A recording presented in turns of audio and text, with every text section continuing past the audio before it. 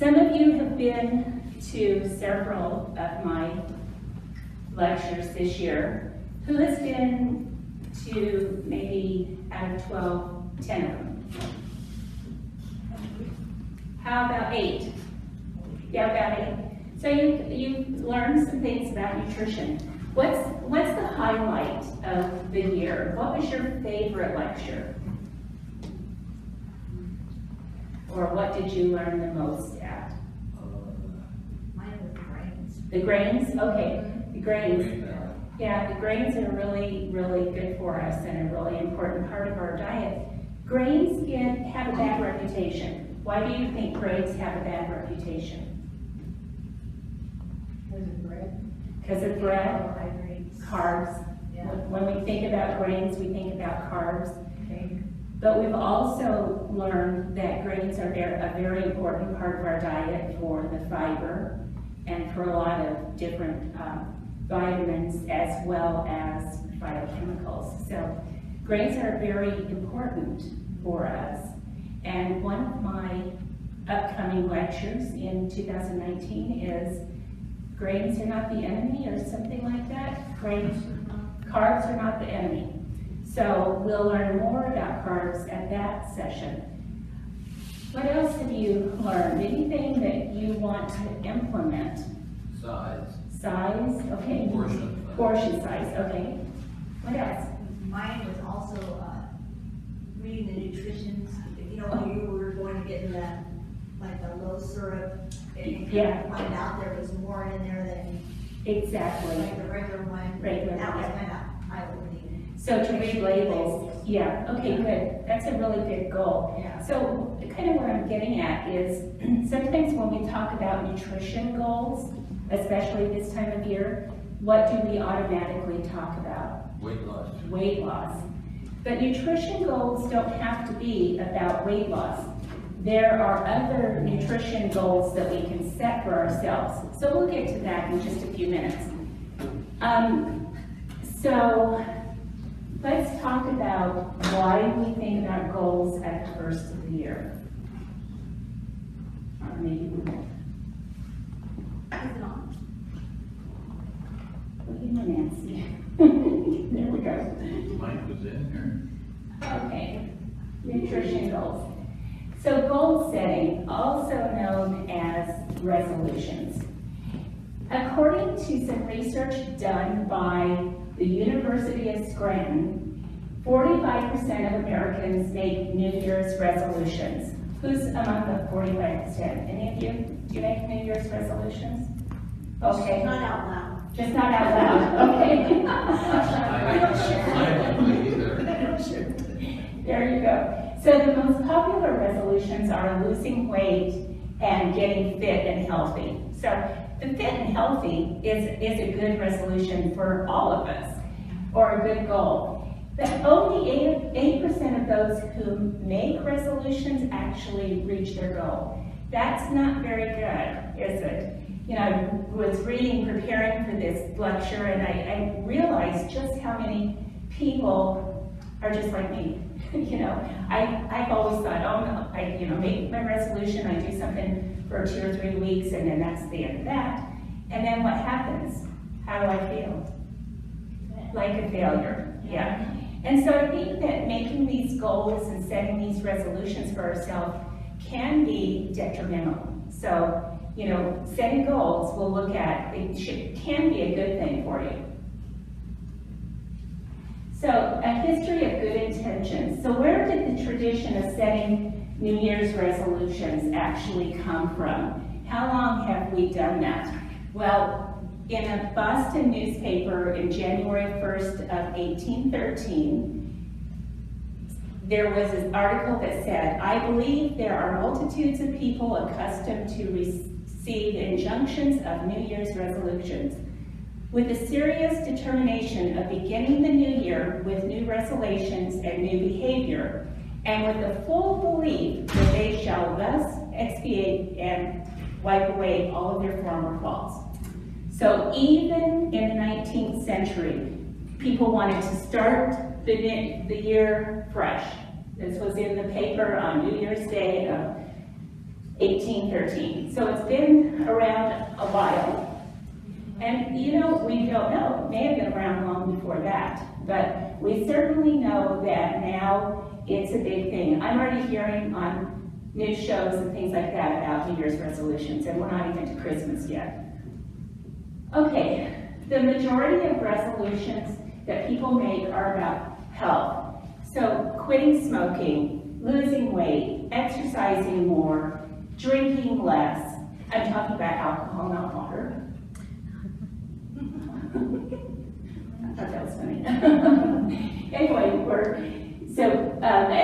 estimates show that only 25% of those people who establish the goal to exercise more actually stick with their plan for 1 week. That sentence does not make sense. But anyway, only 25% of the people who set a goal to exercise more actually stick with that goal past 1 week.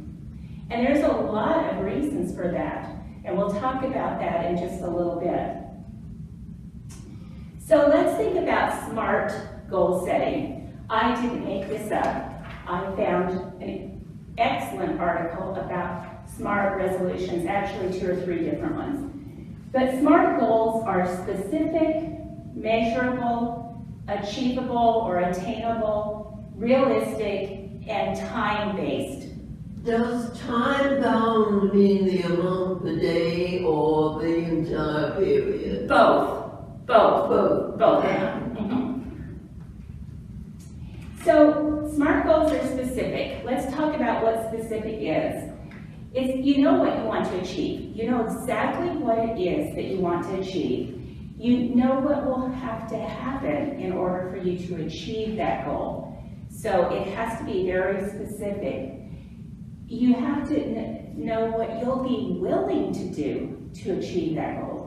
If you're not willing to do it, you're not going to achieve that goal. So that's part of the specific. Write it down. Writing down, there's research showing that anything that you write down, it's that connection between brain and your hand and the process of writing that makes that thing more real to you and more attainable to you. It makes it like a part of you by just taking a pen and writing it down. So let's look at these goals. I want to lose weight. Okay, that's a goal. How many of us have that goal? How many of us want to lose weight? Okay, so I want to lose weight. What does that mean? Is it going to make me very apt to go out there and start losing weight? Not really, because it's too broad, it's too general. But I want to lose 15 pounds so that my clothes will fit better. Oh, clothes should be C-L-O-T-H-E-S, will fit better. And I will do this by practicing portion control. So I want to lose the 15 pounds and why I want to do it and how I want to do that. So that's a part of a good goal. I will exercise more. Well, it's not a great goal either. What does that mean? I will exercise more. I will exercise 30 minutes, 5 days a week to help control my blood glucose. There's a goal that gives me the purpose of doing that goal. I want to do this so that it will help improve my health. And I will do this by dusting off my exercise bike or take the clothes off of it. We talked about that the exercise bike is to hold your wardrobe. So take your clothes off of it and actually get on it and exercise. I will eat more fruits and vegetables. So what does that mean? I will eat more fruits and vegetables. What is more? We have to know what we mean by that more. So I will eat at least 3 servings of vegetables and 3 servings of fruit at least 5 days a week to help me lower my cholesterol. So do you see how that makes it more of a workable goal? I will do this by preparing fresh fruit and vegetables to munch on for snacks. So that gives us the how I'm going to do it. So we have the what I'm going to do, why I'm going to do it, and how I'm going to do it. I will drink more water. Well, not really a great goal because what is more again? So I will drink 8 cups of water and on and on. So that's specific. So think about how you set a specific goal. The next thing is measurable. We all often talk about metrics and different things in business and in other parts of life, and we talk about it, but is it measurable? Well, your personal goals need to be measurable. Can your goal be measured? So these are the things that we think about when we decide that goal can be measurable. We talk about pounds.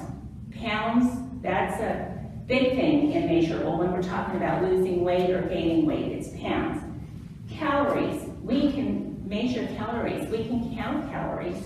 Now, as a dietitian, I'm not always in favor of people counting calories, but it is one of the ways that you can establish a goal so that you can kind of keep control over what you eat by counting the calories. You can count the cups in drinking water. So if we're going to drink more water, we can count that by counting cups of water that we drink, bottles of water that we drink. We can track things by minutes, miles, hours.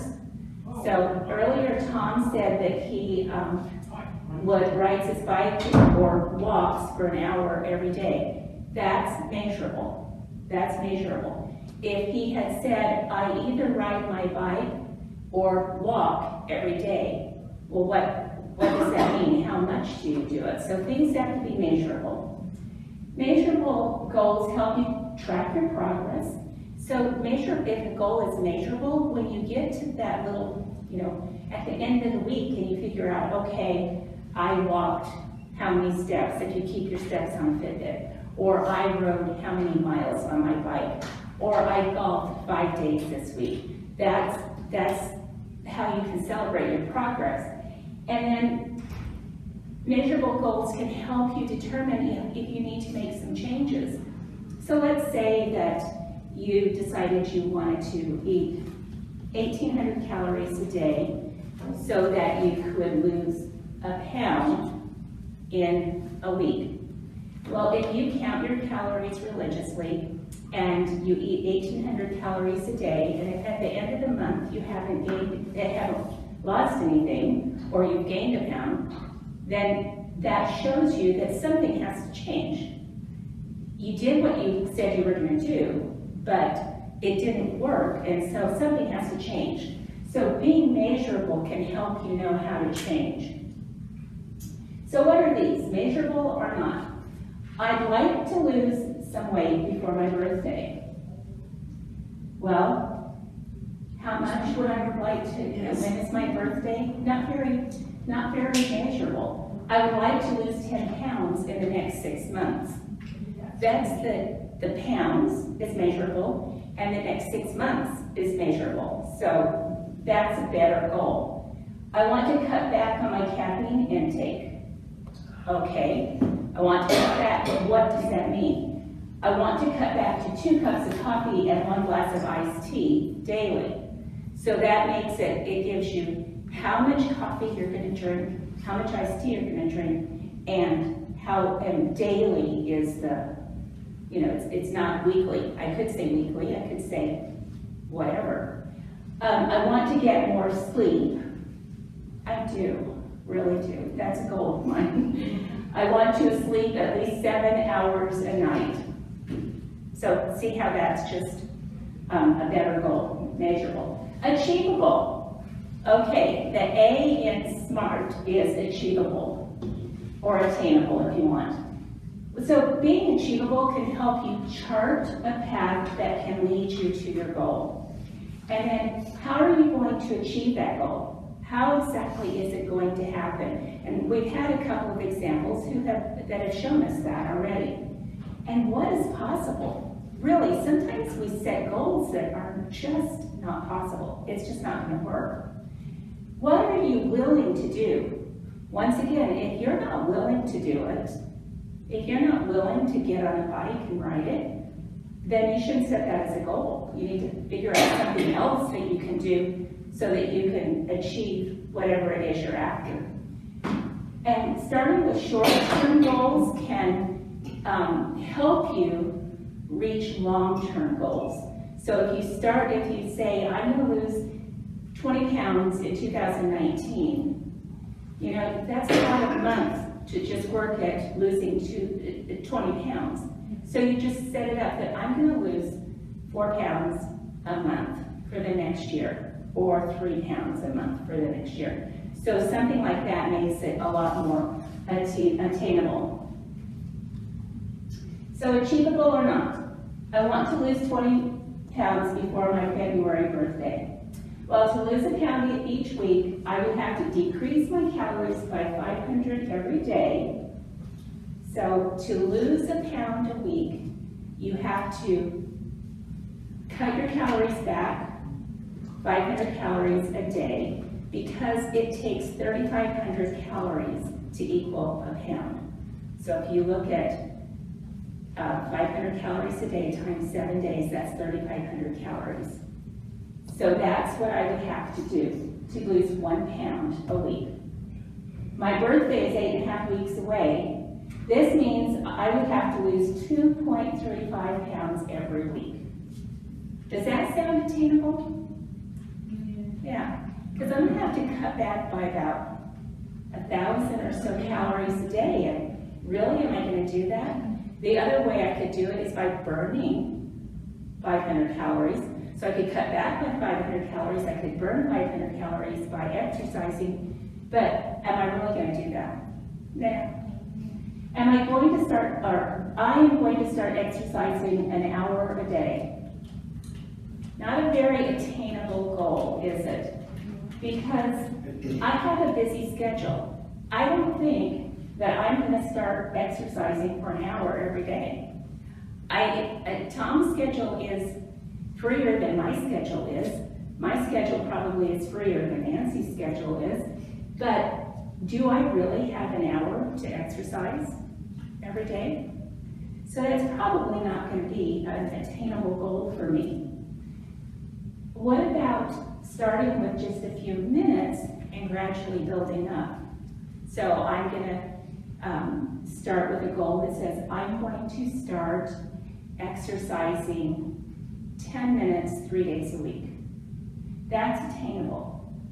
And then I can go from, I'm going to start exercising 20 minutes 3 times a week, and then gradually build up to where you're comfortable. The other thing with the exercising is you're gonna get sore. If you go start riding a bike an hour a day, by the 3rd day, you're gonna be so sore that you're gonna not wanna get on the bike again. So you just stop exercising because you're sore and you're tired and you don't want to do it anymore. It's not fun. And so I'm going to start eating 1.5 cups of beans and grains each day. So we talked about this year, didn't we, how good grains are. We just talked about that. What about beans? What did we talk about with beans? Why are they good for us? That fiber, the protein. So we all need to do this goal. All of us need to put this goal into our plan. So it may be achievable. I could probably start eating a cup of beans every day and 1/2 cup of barley every day. I could do that physically. But what would happen? Get burned out. I'd probably also have some discomfort. I'd have some gas and bloating and stuff because my body's not used to all that much fiber. So I want to start gradually. I'm going to start replacing 1 serving of starch a day with 1 serving of whole grains a day. So not throw in white bread and add in barley, but don't throw away the white bread and add in 3 cups of barley, just 1 serving. So substituting can work like that. Goals have to be realistic too. And this is where when you make a goal, you look at yourself and say, really? Am I gonna do that? Because sometimes it's just not realistic. It's a good goal. It makes sense, but it's not realistic. So realistic goals are the ones that you really believe that you can achieve. This is something that I believe I can do. extremely lofty goals, those goals that are like, I'm gonna lose 100 pounds in 2019, I'm not gonna do that. So what's gonna happen? I'm gonna be set up to feel like a failure because I can't attain that goal. And the other thing is, don't expect too much of yourself. Expecting perfection leads to feeling like a failure. And what can that lead to? There's a lot of different things that happen to people when they don't achieve goals. In my former world, where I worked with eating disorder patients, that's what led to developing eating disorders a lot of times is they failed. And the more they failed, the sicker they got. So we have to remember not to set ourselves up to fail. Okay, so realistic or not? I'm going to eat six servings of vegetables every day.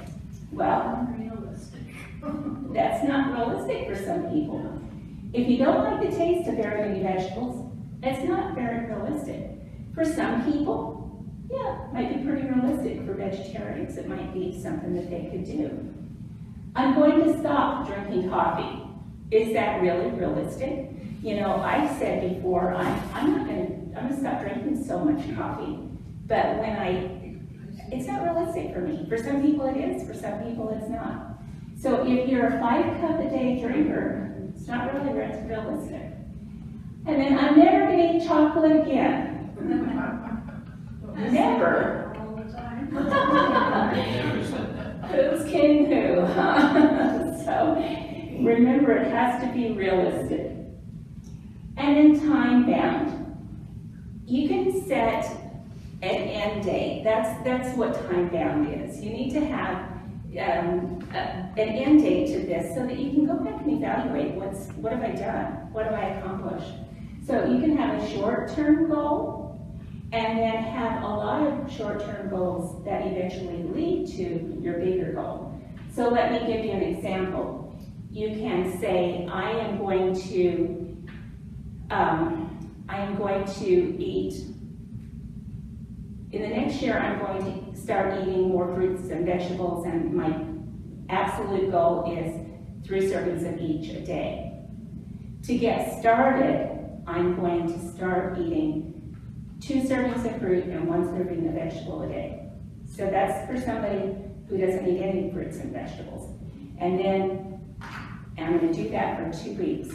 At the end of the 2 weeks, look back and see how it went. And if that worked, then the next goal could be, okay, this month, I'm going to eat 2 servings of fruit and 2 servings of vegetable a day for a month. So you do that for a month and see how it went. And keep building on it. And eventually, you will reach your goal by just taking small bites. What is that old story? How do you eat an elephant? One bite at a time. That's right. So, you know, if you can't do it all today, but you can do a little bit every day and eventually get to that goal. Once again, you have long-term goals, and having a deadline gives you a target. So it's something to look forward to, but remember, it needs to be a realistic deadline. Remember, it has to be realistic. If you can't do it, if it's not physically possible to do it in 2 weeks, then don't give yourself 2 weeks to do it, give yourself a month. And then goals should be sustainable. So can I keep this up for the rest of my life? You know, it's fine to have goals and it's fine to reach goals and make changes in our lives, but is it realistic that you can continue to do that for the rest of your life? And that's where you have to be. So let's say that,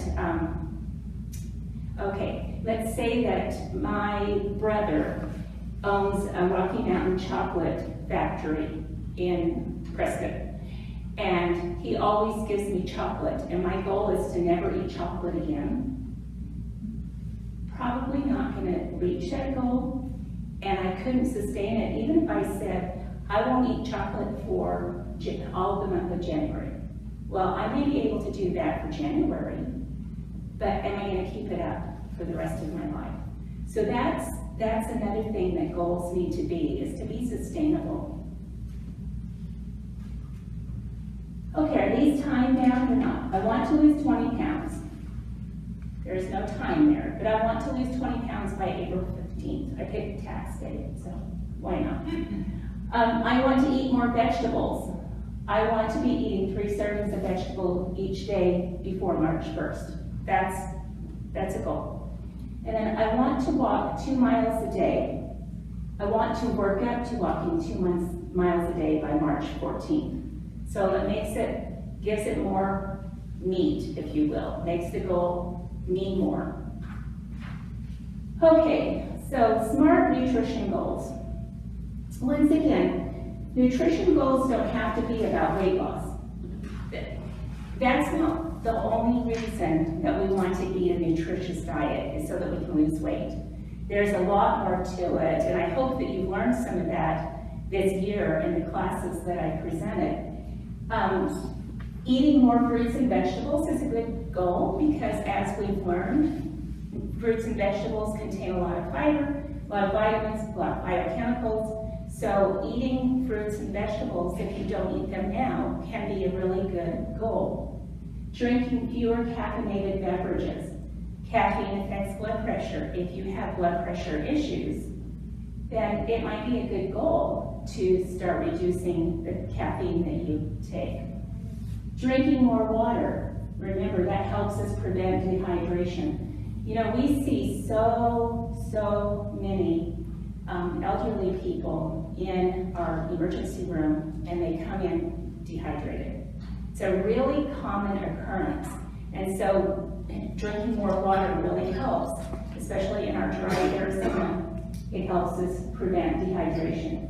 So eating more fish is another goal you could do, because fish, the omega-3s and the omega-6s help with reducing cholesterol. So that's a good goal. Eating less fried food. That's an excellent goal. For people who eat a lot of fried food, to reduce the amount they eat is good. For people who go out to eat fast food, you know, lots of young moms these days, it's sit through that McDonald's line or that Burger King line, or have a pizza delivered, and that's dinner. So for that family, eating less fast food might be a realistic goal. So, other helpful tips. Let's break big goals into several small goals. So like I said, let's eat that elephant one bite at a time. A big goal could be, you know, a logical goal for me could be losing 40 pounds. So that could be a goal. But I couldn't say I'm going to lose 40 pounds in the next month. I need to set that as my way out there goal. And I need to take it in small bites by saying, I'm going to start exercising 3 days a week for 30 minutes a day, so that I can build up to exercising more with my end goal to lose weight. So take it in small steps. And you can have 2 or 3 things to go along with that. I'm going to start exercising and eat more fruits and vegetables, so that I can eventually, okay? Think about exactly what it is you want to achieve and why. Why do you want to achieve that thing? That's really important. If I say I want to lose weight, but I'm perfectly fine with myself, and I want to lose weight because of someone else's idea, then I'm not going to stick with that. So I have to be able to want to do that enough. So why is it? What is the reason? So don't set the goal to please someone else or to fit into some societal should. I should lose weight because the Women's Day magazine said that my BMI is too much. Ask yourself, is my motivation sincere? Am I ready to do this? If you're not ready to eat vegetables, if you say, oh, Deborah, I hear you, I need to eat a lot more vegetables, but oh my goodness, I just don't like vegetables, it's just not going to happen, then that should be your goal. Your goal should be something else that could help your health as much as the vegetables. The other thing is to be accountable to someone. It's often easier to share in goal, so have someone that's going to go vibrating with you, or have someone who is going to weigh in with you, or whatever it is you need support from. That's why like the AA groups and what have you are so successful in helping people with addiction, because they share a common goal and they encourage each other. So that encouragement and that accountability from someone else can really help. And then don't expect perfection. Changing habits is really hard work, and it doesn't happen overnight. It's not gonna, just because you say today that you're going to lose 20 pounds, doesn't mean that you're gonna be able to do it. So you have to be careful and not expect yourself to do things perfectly, because what does that do? It sets you up for failure. So let's set some SMART goals. Anybody want to volunteer? Anyone have a goal that they would like to reach? What if you,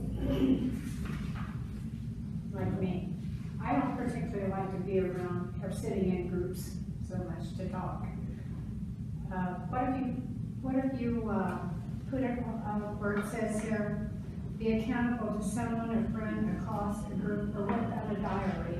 A diary is another way to be. If you write it down. About what you're doing. Yeah. Anybody have a goal that they would like to work on? Well, mine's losing weight. Okay. I just don't know what realistic is. I mean, I sit back and I say, I'm gonna do this, Okay. and then I really get empowered by bad foods. Okay. And then once I eat something that I shouldn't have, I feel guilty. Uh-huh. It's like, well, Yeah. that's that, I forget Yeah. I'm gonna do it instead of getting right back to control. Yeah, and that's what happens is you do things like that. So that's why goal setting, really sitting down and working through what is it I'm going to do and how is it that I'm going to do it. So let's take a look at. One more question, what about cravings? Sometimes I want a piece of chocolate so bad I can just. Well, and that's another part of this, is cravings kind of get in the way. And so what do we do about cravings? We don't give in and go crazy because of our cravings, but we learn to satisfy our cravings. Who was here at the mindful eating? Who was here for mindful eating? Well, mindful eating is one of the ways that you can help with cravings. When you are craving something, have a small amount. Set your goal and say, I'm going to have, let's say, 1 chocolate bar today. And you have that 1 chocolate bar, you enjoy it, you savor it, you eat it mindfully, and you let go of it. But if you say to yourself, I can't eat that chocolate bar because it has so many calories, and then you don't give in to your craving and you just keep saying, I really want a chocolate bar, I really want a chocolate bar, eventually you're going to feel so frustrated that you are likely to be eating more of something else, trying to satisfy that craving. So it's often more beneficial to go ahead and give in to that craving. Go ahead and have the chocolate bar, because that will save you from eating 10 servings of macaroni and cheese. Or even a piece of one. Yeah, or even just a piece of one. So we crave things and we need to satisfy those cravings, and it's a comfort thing, what it boils down to. So let's look at this. It should be the first page on your packet. This is a goal setting worksheet that you can use, and it sort of goes through the SMART stuff that we just talked about. So what is your specific goal? So you want to look at what is it that I want to reach and why. What is it that I want to reach and why do I want to reach it? And then the next thing is the barriers and obstacles that I might encounter while trying to achieve this goal are. So let's start with, let's practice. I would like to lose, we'll just stick with 20 pounds. I would like to lose 20 pounds in 2019. That's my goal for the whole year. And why I want to do this is because I believe I will be more healthy if I do that. So that's my goal and what I want to do. So the next thing are barriers and obstacles I might encounter while trying to achieve this goal. So for me, a barrier might be that I have a very busy life and I can't always prepare good, healthy food. So that would be a barrier for me. A barrier for me might be that I burn the candle at both ends, and when I get tired, then I eat because it makes me feel better. I eat for comfort reasons. So that could be a barrier or an obstacle.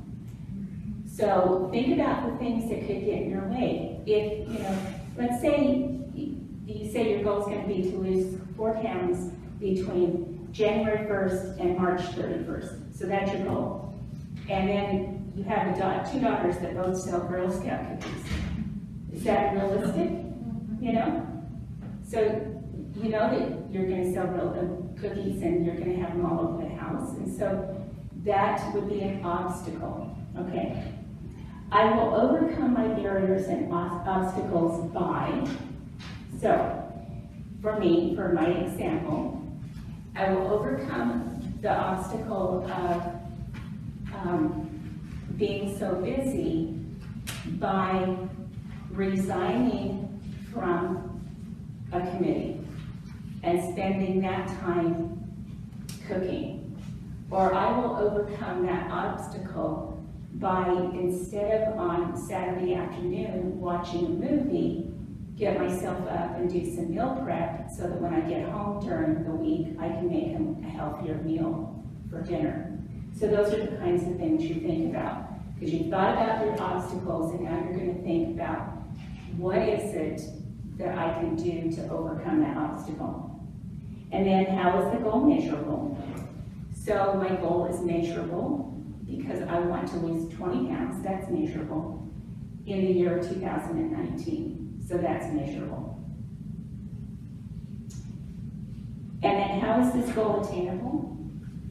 So you talk about how I'm going to attain this goal. Remember, that's a pretty big goal. It's way out there for the end point. So maybe I want to say I will reach this goal. How am I attain? I'm going to reach this goal by losing 2 pounds a month or a ½ pound a week. However you want to break it down to lose your ultimate amount of weight in that year. And then, is it realistic?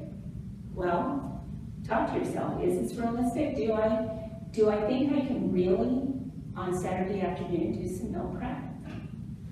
Do I really think that I can not eat the Girl Scout cookies? So think about the things that are your obstacles and see how realistic that is. And then, how is it timely? Well, we have the end date, and we've broken up into those sections.